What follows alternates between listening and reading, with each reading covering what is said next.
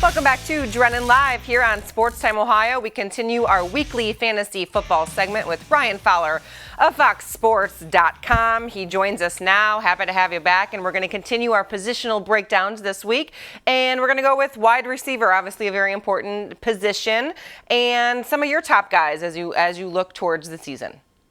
Yeah, Antonio Brown's my number one overall pick. So I think Antonio Brown, if you look back at the last handful of years, I mean, Roethlisberger and Brown, they're always on the same page. You're getting 10-plus targets per game in Brown's direction, and with Le'Veon Bell suspended, he'll eat even better there in September. But it's the consistency that you're actually looking at with Antonio Brown. Same goes for Julio Jones. I think it's so weird. Like Matt Ryan, he never really lived up to the expectations, I think, of a lot of fantasy football owners who drafted him in years past. And now you've just seen his average draft position dip and dip and dip. But the constant has been he still finds Julio Jones. So that's good for those who invest in Julio Jones. Odell Beckham, another top target. We know what he did during his rookie campaign, had a pretty solid second season, and now he's going to come back and put up huge numbers one more time. And then he kind of gets a little cloudy. You know, a lot of people like DeAndre Hopkins down there in Houston. I like Dez Bryant a little bit more than DeAndre. I think when you look at Tony Romo and Dez compared to Brock Osweiler, who we're still kind of learning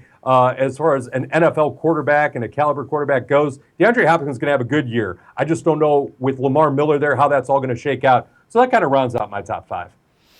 Obviously, the middle tier guys, you're going to look for later rounds, what you're going to need, maybe bench, you need some depth. Who are those kind of guys that you should look towards?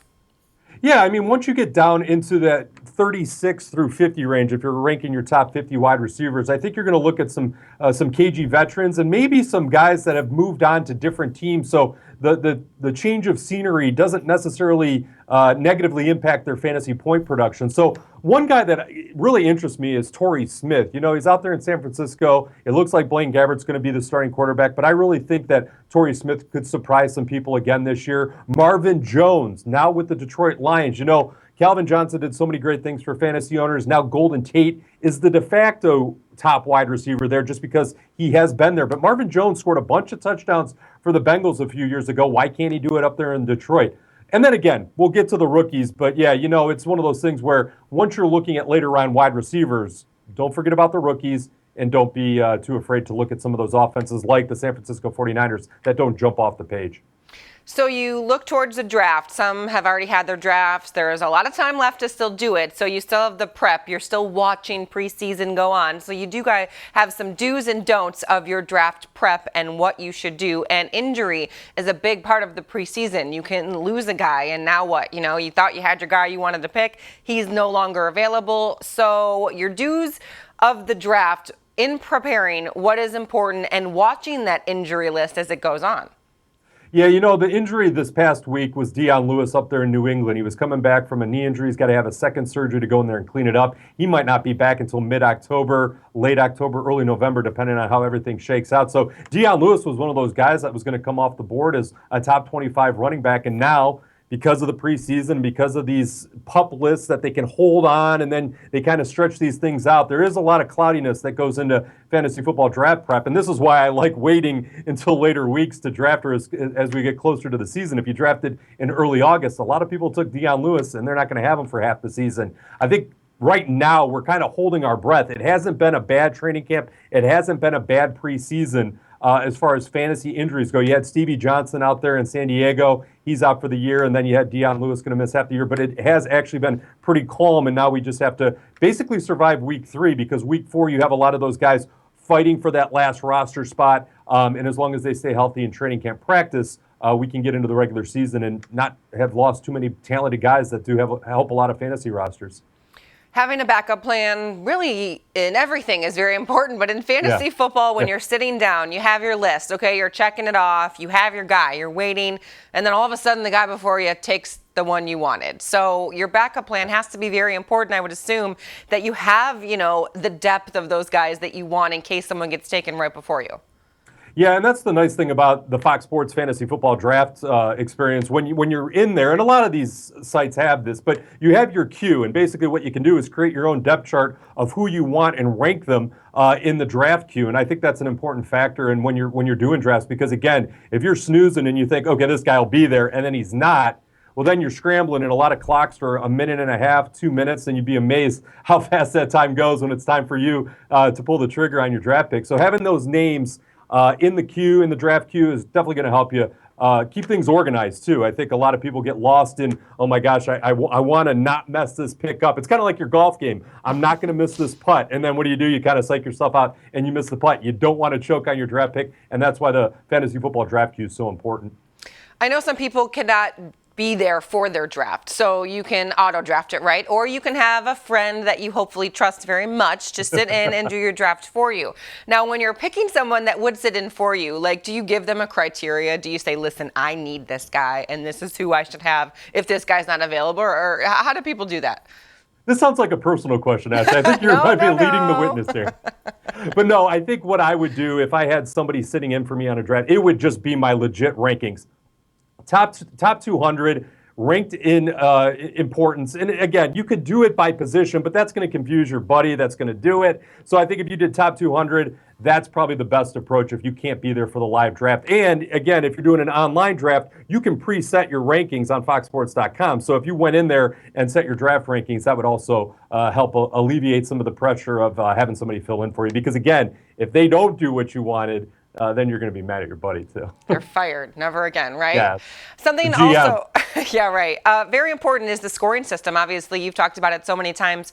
And, you have the rankings, but then you have, if it's a passer league, if it's not, if it's, there's all kinds of different things that go into it. So how important, obviously, is knowing what your league is and then drafting accordingly. Yeah, I just joined a league last night. It's called a best ball league, and basically you draft, and then whoever your top scorers each week are your starting roster. You don't really make any waiver wire claims. So I went in and I looked at the scoring system, and I thought it was interesting that it's only 4 points per passing touchdown. Some have 6, some have 4. So there's something to definitely pay attention to. And then because the points per reception leagues have become so popular, some of the scoring got out of hand. Some leagues do half-point PPR. Some even do a third PPR. That's way too much math for me. I know the computer does it, but to think of a third of a point per catch just seems a little ridiculous. So those are the type of things. And then defense, that's the other thing you have to kind of keep in mind. Remember, when you draft a fantasy defense, you want them to stop the other team, right? You want to pick off passes. You want to recover fumbles. Well, your fantasy defense is going to lose points if your defense has a quarterback on the offense that throws a pick six. Your defense pays for it. And that's why a lot of people are starting to get a little frustrated with fantasy defenses, because the defense might not even be on the field and they get punished for the quarterback throwing that pick six. You guys have a lot of articles, obviously, on foxsports.com, so you can go there. You can look at everything when it pertains to fantasy football and fantasy sports, but, the do's and the don'ts. So we'll go with the don'ts now when you're preparing for your draft and what you look at. And I saw not drafting a running back and a wide receiver that are on the same team, and why not to do that. Yeah, I think diversification of your fantasy roster is important. Again, a lot of people look at fantasy sports like the stock market, and people want a diversified portfolio in the stock market. The same applies to fantasy. So, the argument is if you have a wide receiver, you want the passing game to be working. If you have the running back there, you're kind of splitting a little too much there, and the hedge might not work to your benefit. That's not to say that pairing up a quarterback and wide receiver is not a great idea. I think that is actually a pretty good idea, because as the argument is, you're cheering for both parts of the game. Now, there are some pass-catching running backs where that kind of takes a little turn, but I think all things considered, diversification of your entire roster is the way to go. I think the only exception in my book is quarterback and wide receiver tandems. That seems to work out more times than not. Do you have any other big glaring don'ts when you're prepping now for the draft, as it's getting very close for a lot of people? Yeah, the big don't is don't draft a kicker before the last round. That's just kind of goes with the territory. No, but every draft, I see it happen. Kickers come off the board, especially Gostkowski up there in New England, comes off in the 11th or 12th round. The other big don't, and I mentioned it kind of earlier, I kind of glossed over it. Don't be afraid of historically or recent years bad offenses, because there are good things that come out of bad offenses. Obviously, a few years ago, the Browns weren't the greatest team, and Josh Gordon went out there and set records left and right during that, 2-month stretch. So good things can come out of bad offenses, and I think sometimes that turns a lot of people off. Same point I made with Torrey Smith. He's on the Niners. He can still do good things for your fantasy team. I want to get to some social media questions for you. There was a lot on Facebook, so let's get to those. And Nick wants to know, in a 12-team PPR league with the 4th pick in the draft, who should he take if Brown, Beckham, and Julio are off of the board? You poor soul. That is a tough situation, but I really do believe I would go Todd Gurley there. I know it's a PPR league. I know the argument for taking maybe Des Bryant, maybe you take DeAndre Hopkins there, but I'm going to say Todd Gurley. You still have to start 2 running backs, I'm assuming, in your league, and when you come back, you can address the wide receiver position, but I would probably go Todd Gurley there at 4. Next up is Drew, and he wants to know, with Le'Veon Bell's suspension being reduced, when now is the earliest that he should be drafted? I have Le'Veon Bell ranked 14th overall. He moved up a couple spots after the suspension was reduced. I still think he's going to have a big enough role there where he can become a top 10 fantasy running back again. I know D'Angelo Williams is lingering there, and I know everybody makes the strongest case possible for Antonio Brown being number 1, but they can coexist, and I think Le'Veon Bell was on the verge of a big season last year before he got hurt. I like Le'Veon Bell, overall, 14th overall. Michael Thomas, you talked about defense, so he's wondering about the Denver Broncos and their defense and how good you think they will be. Will they be as good as last year? I think they're a top 5 unit. Right now, our composite rankings have them ranked 4th overall among fantasy defenses. Now, that is a fluid thing, but you look at what they have on defense, and I think when they brought in Mark Sanchez, and who knows if Trevor Siemian or Paxton Lynch becomes the quarterback at some point, they're going to win games with their defense. So there's going to be a lot of pressure on that defense to live up to those expectations, and I think they will. I think, again, when I've analyzed fantasy defenses in this segment in the past and just in articles in general, a lot of luck involved there as far as interceptions and sacks and fumble recoveries go. You have to be in the right spot at the right time. But I still think from locking down the opposing offenses, that's where you're going to get your fantasy points from the Broncos. Quarterback question for you comes from Teddy Moses. His 2 fantasy quarterbacks are Phillip Rivers, Jameis Winston. Which one should I start? I like Phillip Rivers to finish as QB 12. Jameis Winston's just on the outside of my top 12. And we just updated these rankings on Monday, I should mention. After 2 rounds of preseason games, we felt comfortable enough to kind of shake up the rankings and put a fresh coat of paint on that. So Phillip Rivers, his completion percentage in recent years has been pretty delicious. And he gets Keenan Allen back this year, which is a huge upgrade based on what he had last year. And, he's got an unorthodox throwing motion, but he still manages to hook up with his receivers, plus Danny Woodhead dumps it off to him, and Woodhead does a lot of the work. So I give the edge to Phillip Rivers, but that's not to say Jameis Winston can't have a great sophomore season. I would not drop Jameis Winston if you have him in any type of keeper league because he is a star on the rise.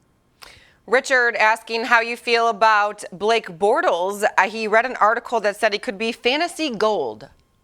I would say he's fantasy gold. I think among quarterbacks, he's going to finish top 5, top 6. Now, one of my do's and don'ts in drafts is I'm waiting on a quarterback. So I'm probably not going to get Blake Bortles because if I wait for a quarterback until the 6th or 7th round, Bortles is probably going to be gone no later than the 4th, I would think, after Cam Newton, Aaron Rodgers, maybe Carson Palmer, Russell Wilson, and the like. But Blake Bortles, the one thing you have to keep in mind when you read these articles about him being fantasy gold, it's because he and Allen Robinson did a lot of great things last year as his top wide receiver. Allen Hurns as his wide receiver 2 was great. Julius Thomas came in late, but they started to work the ball. The thing is, and this is a big thing, they signed Chris Ivory in the offseason, and Chris Ivory is this bulldozer of a running back that they're going to use inside the 5 to finish drives. Last year, when they would get inside the 5, they would abandon the run, and that's why Bortles put up so many fantasy points last year because they were passing when they were inside the 10, inside the 5. Robinson and Allen Hurns had these great numbers because of that. They brought Ivory in there for a reason, so he might regress a little bit in touchdown totals.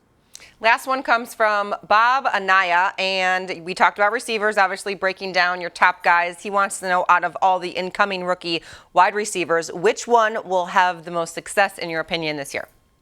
Sterling Shepard, but it is closer than you would think. I think Michael Thomas in New Orleans also has a good year, but Sterling Shepard with the New York Giants, probably opposite of Odell Beckham most of the year. And think about all the attention Odell's going to need on the field. I mean, that's a lot of double coverage there, which makes it a little bit easier for the rookie there. Plus, he's had a nice preseason. Eli Manning, third year in McAdoo's offense, and now McAdoo's the head coach there. So there's just a little bit more consistency there. I think Sterling Shepard's in a great position to thrive there. Do not sleep in later rounds on Tajay Sharp, the Titans wide receiver out of Massachusetts. So much information on here, and I love it. And I know the fans do too, and they can continue to send their questions. You can go on my Facebook page and at Fox Sports Fowler, at Ash Collins. So thank you. Next week, we'll actually do some bounce back, some breakout players, just a lot of stuff to continue to talk about, and they can send their questions in about who they should draft or whatnot. So thanks so much for joining us here on Drennan Live, Ryan. You got it, Ashley. Again, you can follow him at Fox Sports Fowler, foxsports.com/fantasy for all of your fantasy football information. Keep it here. Coming up next on Drennan Live, we'll talk a little Cavs preseason basketball. That's next on Sportstime Ohio.